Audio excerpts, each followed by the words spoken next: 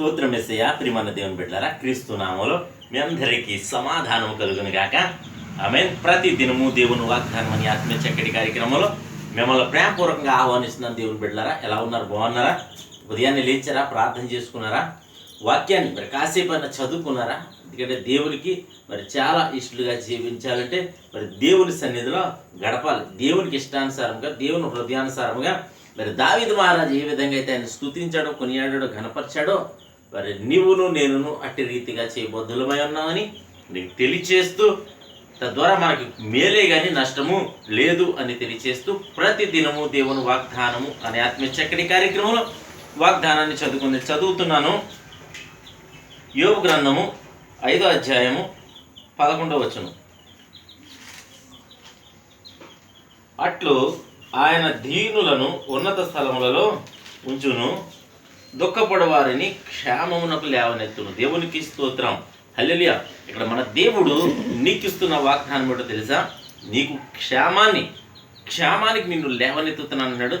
దీనులను ఉన్నత స్థలములో ఉంచుతానన్నాడు. ఈ దినం నీ పరిస్థితి బాగా అంధకారంలోకి వెళ్ళిపోయిందేమో, దయనీయమైన స్థితిలో ఉందేమో. నా బ్రతుకు ఏంటి అని ఒకవేళ నువ్వు అనుకుంటున్నావేమో. ఇంక నా జీవితంలో క్షేమం లేదు, సమాధానం లేదు, నా జీవితంలో ఇంక నేను అభివృద్ధిని చూస్తానా, ఉన్నతమైన స్థితిలోకి నేను వెళ్తానా అని ఒకవేళ నువ్వు అనుకుంటున్నావేమో. నా ప్రభునికి ఇస్తున్న వాగ్దానం ఏమిటో తెలుసా? దీనులను, అట్లు ఆయన దీనులను ఉన్నత స్థలములో ఉంచుతారన్నాడు. నీవు దేవుని ఎదుట చేయవలసింది ఏంటంటే దీనత్వం కలిగి ఆయనను ప్రార్థించుకోవాలి. దీనత్వం నువ్వు ఇతరుల ఎడలా చూపించాలి. అలాగే నిన్ను మరి దుఃఖపడుతున్నావేమో, నిన్ను క్షేమానికి లేవనెత్తుతాడంటాడు. దేవుని సన్నిధిలో దుఃఖపడండి. ఇతరులను చూసి వారికి వీరికి చెప్పుకుంటూ నీ బాధ, నీ గోడు చెప్పుకుంటూ ఏడవద్దు దయచేసి. ఎందుకంటే నీ బాధ, నీ దుఃఖము, నీ వేదన అంతయు యేసయ్యకి చెప్పుకోవాలి. తద్వారా నీకు మరి సమాధానం వస్తుంది. ఎందుకంటే ఇతరులకు చెప్తే ఇంకా భయపెట్టేవారు అనేక మంది ఉంటారు, ఇంకా నిరాశ నిస్పృహలో గెంటేవారు ఉంటారు, నిన్ను కృంగదీసేవారు ఉంటారు. కానీ లేదా నిన్ను చూసి హేళన చేయొచ్చు ఒకవేళ నీ బాధలు, నీ కష్టాలు చెప్పుకుంటే. అయితే నా ప్రభు దాన్ని మరి గుండెల్లో పెట్టుకుంటాడు. నీ కన్నీరు మరి ఆయన కవిల్లో రాసుకుంటాడు. తద్వారా నీకు సమాధానం ఆయన అనుగ్రహిస్తాడు. కనుక ప్రియమైన దేవుని బిడ్డలారా, నిన్ను మరి క్షేమానికి లేవనెత్తబోతున్నాడు. అలాగే నిన్ను మరి ఉన్నత స్థలంలో ఉంచబోతున్నాను వాగ్దానం చేస్తున్నాడు. కనుక ఈ వాగ్దానం బట్టి ప్రతి ఒక్కరూ ధైర్యం తెచ్చుకోండి.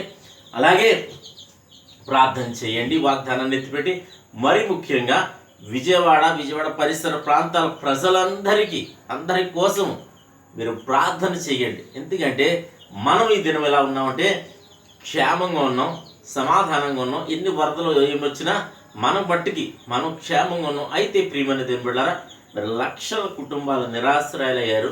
అలాగే మరి లక్షల కుటుంబాలకు నేను మరి సరిగ్గా ఆహారం లేదు, నీరు లేదు, కన్నీరు మున్నీరా ఏడుస్తున్నారు. వారి పక్షంగా మనమును వారి కోసం ప్రార్థన చేసేవారిగా ఉండాలి. వారు త్వరగా మరి ఆ పరిస్థితి నుండి కోలుకోవాలి.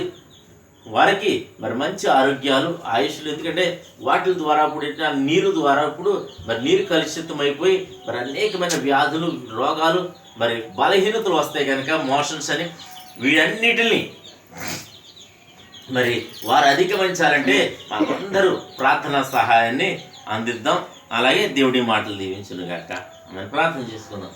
స్తోత్రము తండ్రి, వందనాలు యేసయ్యా. ప్రతి దినము దేవుని వాగ్దానం అని ఆత్మీయ చక్కటి కార్యక్రమం తండ్రి మీరు ఇస్తున్న వాగ్దానం బట్టి నీకు వందనాలు. ఆయన దీనులను ఉన్నత స్థలంలో ఉంచును.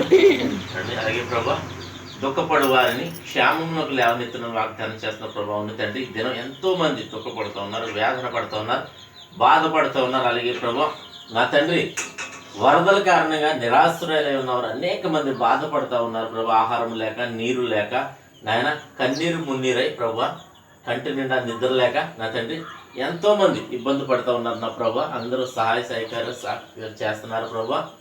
అలాగే అక్కడ పరిచర్య చేస్తున్న పరిచారకులు, మరి NDRF బృందాలు నా తండ్రి అనేకమైన రకాలుగా ప్రభా సహాయ చర్యలు జరుగుతూ ఉన్నాయి.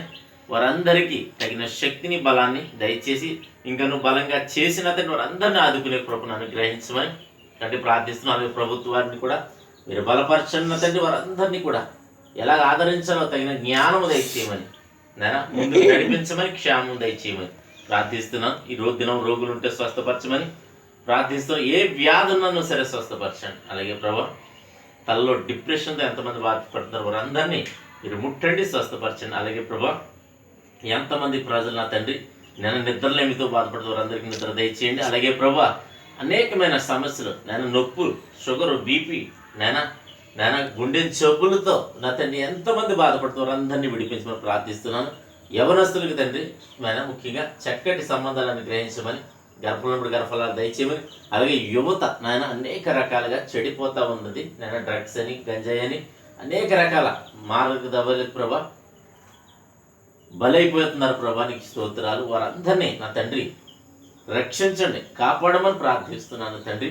అలాగే నా యేసయ్య ఇంకా తండ్రి దినం ప్రభా మా గ్రామాన్ని, మా రాష్ట్రాన్ని, మా దేశాన్ని కాచి కాపాడమని, మిగతా ఎన్ని దేశాలు అయితే అన్ని దేశాలను కాచి కాపాడమని, సరిహద్దులో నెమ్మదిని దయచేయమని ప్రభా, ఎటువంటి దుష్టుడు ఎటువంటి వైపు నుంచి ప్రభా యుద్ధాలు జరగకుండా నీకు కాపుదలు ఉంచమని, అలాగే తండ్రి ఈ దినం పెళ్లి రోజులు కానీ పుట్టినరోజు కానీ జరిపించుకుని ప్రతి బిడ్డకి క్షేమాన్ని, సమాధానాన్ని నా తండ్రి ఈ సంవత్సరం అంతా ఈ దయకిరీటం వరకు ఉంచమని, అలాగే నీ బిడ్డలు చేయి ప్రయత్నాలు రాకపోతే సమస్తంలో మీరే తోడండి, మహిమ పొందమని యేసు నా పెట్టి అడుగుతున్నాను తండ్రి.